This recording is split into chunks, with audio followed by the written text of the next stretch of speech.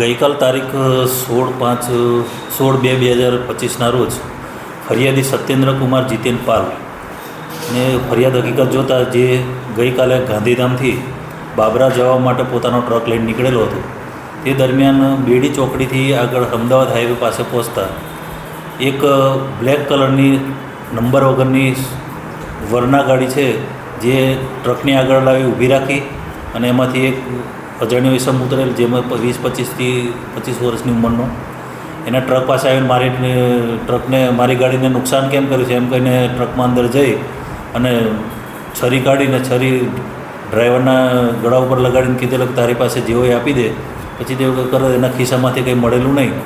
તે દરમિયાન આરોપીએ એનો મોબાઈલ લીધેલો. મોબાઈલની અંદર જોતા તો એના ગૂગલમાં 16,200 રૂપિયા હોય, જેથી આરોપીએ ગાડીને સાઈડમાં કરી એનો ટ્રક ઊભો રાખી એની ગાડીની ચાવી લઈ અને ડ્રાઈવરને પોતાની ગાડીમાં બેસાડી અને રાજકોટમાં 1.5 કલાક જેવું અલગ અલગ ગોળ ફેરવતો રહ્યો.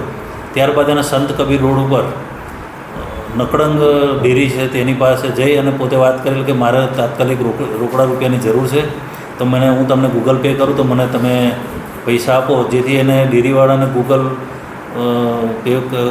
ફરિયાદીના ફોનમાંથી ગૂગલ પે 16,000 રૂપિયા કરેલા અને એની પાસેથી રોકડા રૂપિયા લઈ લીધેલા. ત્યારબાદ ફરિયાદીને લઈ અને ફરી થોડો આગળ ફરીને ગાડીમાં એને માર મારી અને ફરી પાછો ગાડી એના ટ્રક પાસે લાવીને કીધેલું કે જો આ વાત કોઈને જણાવી છે તો હું તને જાનથી મારી નાખીશ ને તને જીવવા નહીં દઉં જેવી વાત કરેલી. ત્યારબાદ આરોપી એને ટ્રક પાસે એની ચાવી આપીને એને છોડીને જતો રહેલો છે.